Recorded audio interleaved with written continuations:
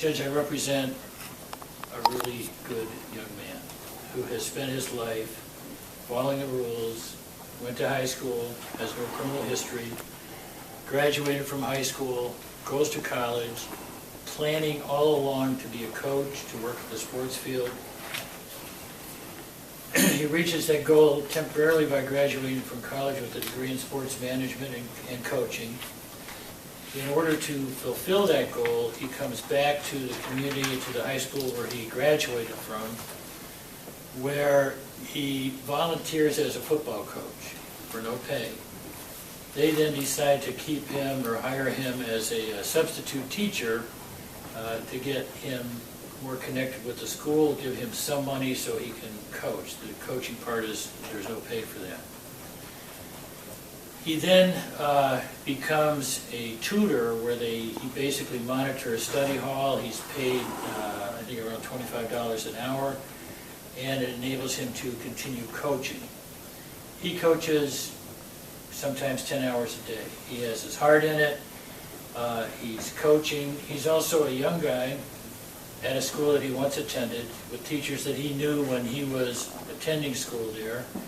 And I think the psychologist that provided you the letter indicates that he was sort of stuck between being a teacher and a student by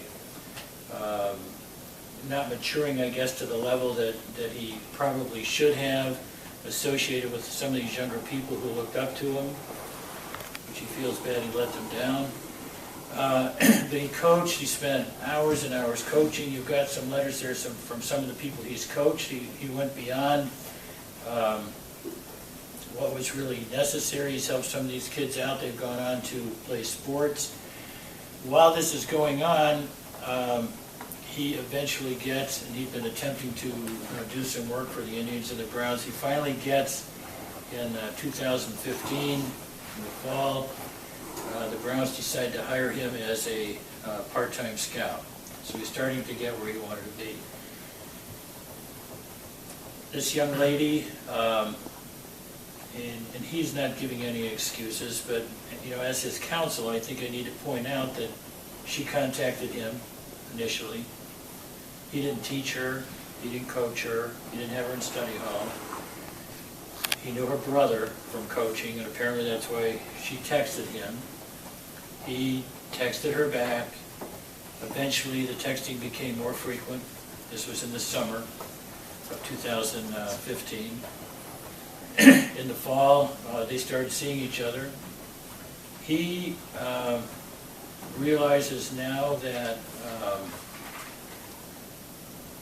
he should have put the brakes on everything. He let it go a little too far, and all of a sudden he fell in love with her.